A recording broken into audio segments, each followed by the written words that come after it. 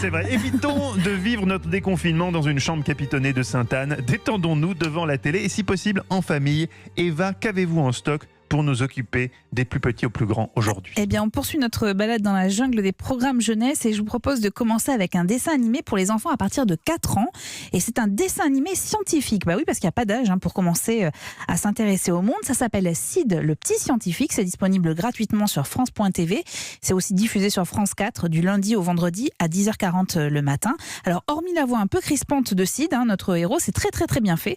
L'eau de mer, la gravité, la pollinisation, le sommeil, les enfants vont tout comprendre de ces mécanismes. Par exemple, dans l'extrait qui suit, comment classifier les animaux.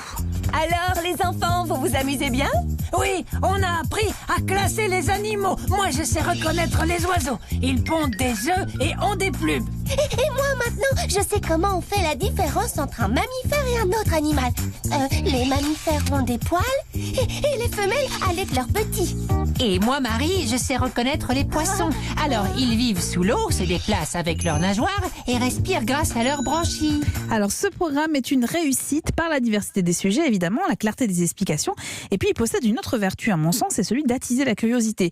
Je pense que Sid, le petit scientifique là en question, va répondre à des questions que se posent vos enfants, mais sans doute que ça va susciter d'autres interrogations. Alors certes, vous en avez peut-être un peu marre en ce moment des « mais pourquoi maman, pourquoi papa », etc. Mais reconnaissant quand même que cette curiosité est salutaire. Ça s'appelle Sid, le scientifique, et vous l'attendez sur France.tv ou sur France 4. Mais est-ce que vous avez bien regardé ces programmes? Moi, je vais vous faire un petit test, Eva, pour voir si vous avez bien regardé Sid, le scientifique. Oui. Est-ce que, par exemple, les oiseaux, de qui descendent-ils? Les oiseaux. Quel est l'ancêtre des oiseaux?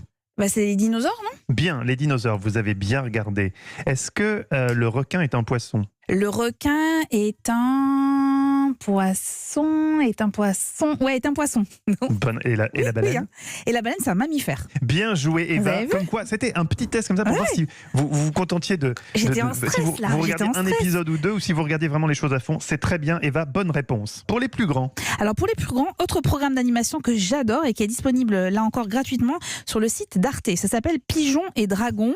Il faut que vous imaginiez 3 chevaliers qui sont complètement nuls. Godefroy, Francis et Maurice. Bon, déjà avec les prénoms, vous voyez. Ils sont convaincus de pouvoir faire le buzz sur les réseaux sociaux de l'époque. Les réseaux sociaux de l'époque, ce sont des pigeons que vous envoyez quand vous avez un message à faire passer. Et le ménestrel compte sur eux. Bon, j'ai fait un deal avec le roi. Vous allez partir explorer les territoires inconnus et vous allez m'envoyer des pigeons. Ouais, on se fait bannir, quoi. Ah, mais tout de suite, les grands mots, lui. Je vous donne l'occasion de devenir des légendes. Vous avez tout pour faire vibrer la villageoise. Alors donc, les 3 héros vont parcourir le royaume pour réaliser des exploits. Autant vous dire que ça vire au fiasco systématiquement. C'est une série assez politiquement incorrecte parce qu'on y consomme des champignons hallucinogènes. On décide de l'exécution d'un homme grâce au vote du public. Il y a un tribunal qui condamne tous ceux qui utiliseraient le double sens dans leurs phrases. Et il y a même un sadomasochiste qui hante les marées. Voilà, tout est dingue. C'est vraiment pour les ados plutôt. C'est pour quel âge? Ouais, pour les ados et les adultes. Je dirais qu'à partir de 14-15 ans, vous pouvez regarder.